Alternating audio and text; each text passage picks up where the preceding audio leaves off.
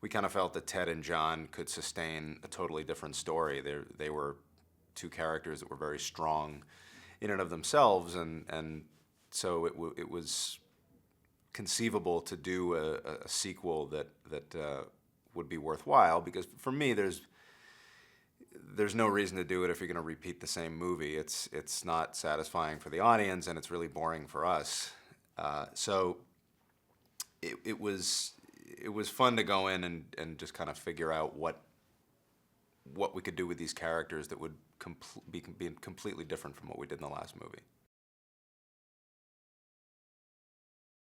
As amazing as it would be if a teddy bear came to life, at some point people would start to see it as the norm. They would have to. Human beings are very adaptable and very quickly adaptable. And so probably fairly soon after it happened, people would be like, oh, well, that happened, moving on.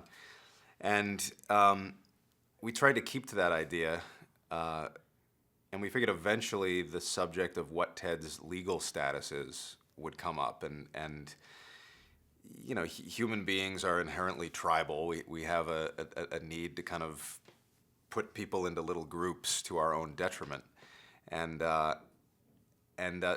probably would be some resistance to let a talking teddy bear into our club, in the same way there's resistance to let gay people into the club, and at a certain point in time, let black people into the club. There's always that resistance.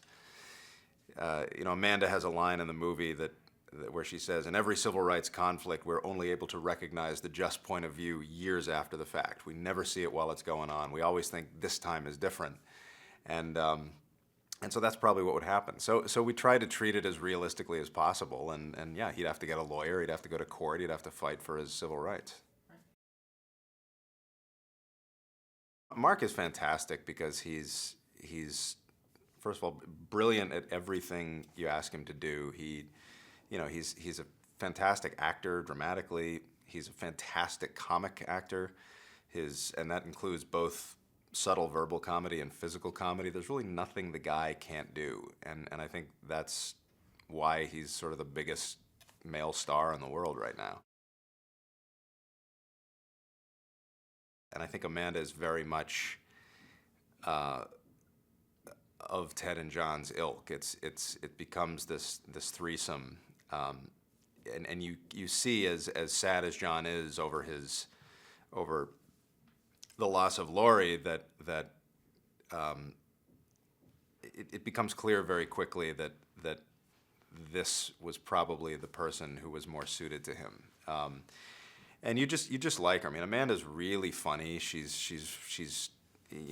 brings it dramatically when you need her to, and again, she's just great to work with. Donnie wants to cut Ted open and figure out what makes him tick, and thereby manufacture millions of Teds for every child in America, including himself. And that sort of dovetails with our other story in that if Ted is left without any sort of civil rights, then Donnie and Hasbro can swoop right in, take him, and it's petty theft as opposed to kidnapping, and a big corporation can deal with that. Morgan Freeman is I mean, look, that was a huge coup for us to get him in this movie, and particularly for that part. The character is this fictitious civil rights attorney who's sort of the most predominant one in the country, and so we really needed somebody who, when you open that door to his office and he stands up, you instantly know that this is the wizard at the end of the yellow brick road. Tom Brady makes a lot of people happy,